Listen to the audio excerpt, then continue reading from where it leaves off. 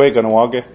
I'm compelled today to come before you again on this short piece to talk about the Gazette and its reporting recently on Ganawage and more specifically MCK's stance against the possibility of nuclear waste passing through the seaway.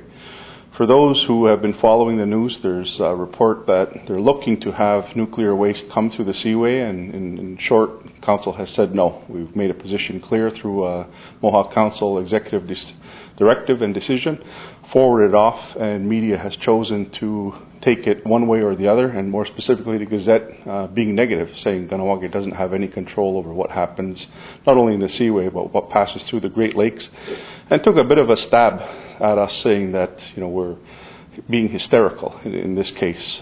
We did send a response back to them, and they chose not to print it. So again, we're compelled to let the community know that we're, number one, not happy with what they're saying.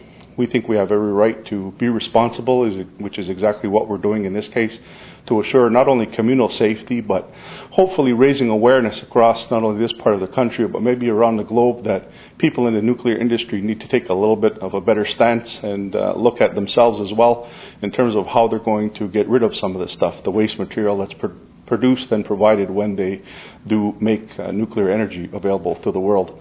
So we're very upset with the Gazette, number one. I think we've done something that is responsible to the community for sure, as well as our surrounding communities, all of our neighbors. And it's starting to get global, I guess you can call it reaction, if not support, for this type of thing. So again, we want to make sure that the community is aware, and anybody else who watches this is aware of what our position is. And the letter that we did send, that they refused to print, will be on the website as well. So we want to ensure that everybody sees what Ganawage's position is, why we're taking this position, and why we were so upset to begin with. For the Gazette to do what it did and say what it said without, again, printing something from us in terms of response, I think is irresponsible on behalf of the paper itself.